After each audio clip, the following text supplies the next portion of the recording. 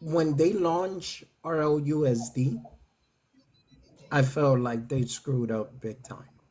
Okay, could you explain why that is? Okay, so the whole selling point um is XRP, the main selling point. Fast transaction, cheap, you want to say cost effective, secure, right? And that was the main aim, that was the main goal. Now, what happened when they came out with our LUSD? Then it kind of makes you question, well, why do they even need XRP for then? Because a stable coin, which is a stable coin, and if you look at um, the new system that USDC Circle created, it kind of gives the same thing: fast transaction, secure, cross border, blah, blah, blah. So, right now, there's a lot of system in play that are doing exactly the same thing that XRP is offering. So, me personally, that's just my opinion. And for the record, I do own some XRP. I'm just not waiting for 1K or $10,000. Literally speaking, from that point on, I feel like them launching RLUSD kind of created a problem for XRP. And now, not only that, we have the competition. Then we also have even banks that are partnered with XRP, they're creating their own stablecoin. So, doesn't it make you question, or maybe I'm overthinking it, but if they're already working on their own stablecoin, then what would they even need XRP? Okay, I think you have an absolute fair point, and I understand because a lot of people within the community also come to the same point, and I kind of agree. Nobody should be holding their breath for a $100 XRP, $1,000 XRP, Mm, 10,000. Guys, mhm. I want everyone to be realistic. Yeah. We have the opportunity, even at $3, maybe just maybe, people only believe that it could ever go to 15. Even so, guys, this is a 5x opportunity for you guys. If you think that I need X amount of money to retire, and you only think XRP should is going to go to 15, by all means, guys, get the bags in order to go to 15, and don't be sitting there hoping for a moon bag. That's no way to invest, is to be hoping on a moon bag.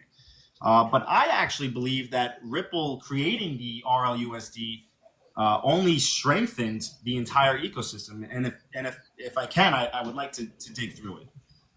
So one of the reasons why Ripple included RLUSD into this ecosystem is to fuel the growth of DeFi on the network. Okay. Ripple at some point was responsible for minting, I believe, 80% of USDC at some point, because Mhm. their institutional clients wanted to have the option of a stable payment in US dollars rather than XRP. So when you're looking at some of their enterprise partnerships, Triangulo, SBI, Wadi, they were asking for a stablecoin, and that's ultimately Ripple is a payments provider. They give whatever needs their clients need. So they were already utilizing USD. I believe it was USDC or USDT. I'm not sure which one it was, but they were already utilizing stablecoins within their ecosystem, because stablecoins, as we know, these are assets that people could trust. They have regular audits. Their compliance globally. Now, speaking of trust, right? Another reason why I believe them creating the stablecoin is such a major thing for Ripple is because it gives them more of a sense of regulatory legitimacy. And we could see that through some of the recent adoption, right? We know that they applied for a national bank charter license with the Federal Reserve. If that is granted, they get access to a Fed master account. What that allows them to do is it allows the Federal Reserve to hold and custody RLUSD directly on their balance sheets.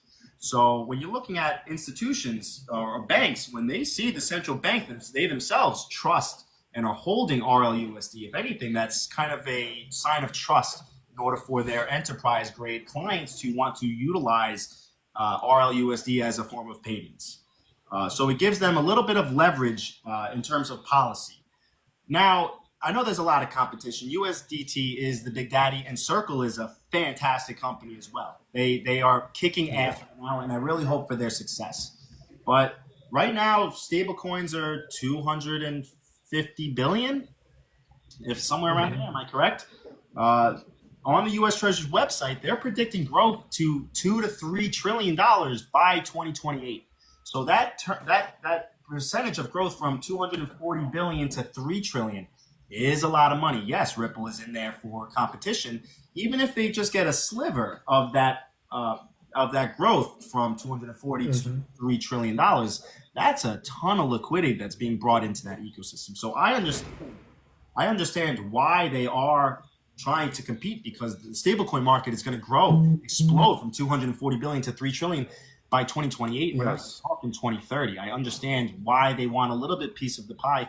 Now, whether or not you think that they're going to be successful by taking some competition away from Circle or Tether, that's interpretation. That comes down to being your own researcher and deciding, okay, maybe this has an edge or this doesn't. But RLUSD is supervised by the New York State Department of Financial Services, I believe. Yeah, I know. I actually I reported on live stream. Like I said, I used to focus on XRP. Majority of my following came from XRP live stream. I used to have even 250, 300 people, when I was doing XRP solely extremes. The thing with me, blockchain, is that I'm a self-conscious guy, and yeah, I believe XRP has a great system. Yes, I believe it's gonna do great. They have proven it, but does everyone involved in crypto want to get their money stuck? And that's a big problem that I have seen with XRP. There's people 5 years ago when the whole, not 5 years ago, when the whole SEC lawsuit started, a lot of people been stuck holding since then. And now this time around, I am pretty sure there's going to be a whole lot of people, even more probably, that's going to stay stuck holding XRP. Why? Because they are listening to certain influencers that are saying, hey, this thing is going to go to 1,000. This thing is going to go to 10,000. This thing, and for the non-educated people, right? They're going to fall for that, unfortunately. And that's just my thing. That's why I started, I'm not the XRP hater by any means, but I started bringing out facts. And your facts actually makes more sense than the facts that other people give me. Because their belief is XRP is going to be 10K because of the demand of RippleNet and all the banks that's going to be using it. Well, I debunked that, because with ODL, the only system using XRP on RippleNet. Other than that, none of the other system is using XRP on the RippleNet. Wadi, I absolutely, and you absolutely should be doing this. Look, with every investment, as good as some of these assets may seem, there's always cons. There's always a negative side to it. And as any type of not even influencer or content creator, it doesn't matter. Yeah. Any type of investor should be looking at the pros and the cons. And I love that you are looking for what most people necessarily don't dig for. You know, they may hear something from an influencer and they go, "Oh my God, it's going to go to $10,000. All I need is 200 coins, and I'm going to Lambo when?" And that's look. I know we have a responsibility. The people listening to us, they trust our opinions, and I absolutely believe. Is it a little far fetched of a price? Absolutely. I don't think it could go to it this cycle, but I can't sit there and say that it's impossible because it's value brought on the network. But as somebody who has a platform and has a responsibility to people who maybe don't know much, I don't ever sit there and say, the $10,000 it's gonna happen, because I know no matter how many times I say, don't follow what I say, I'm only here to educate you.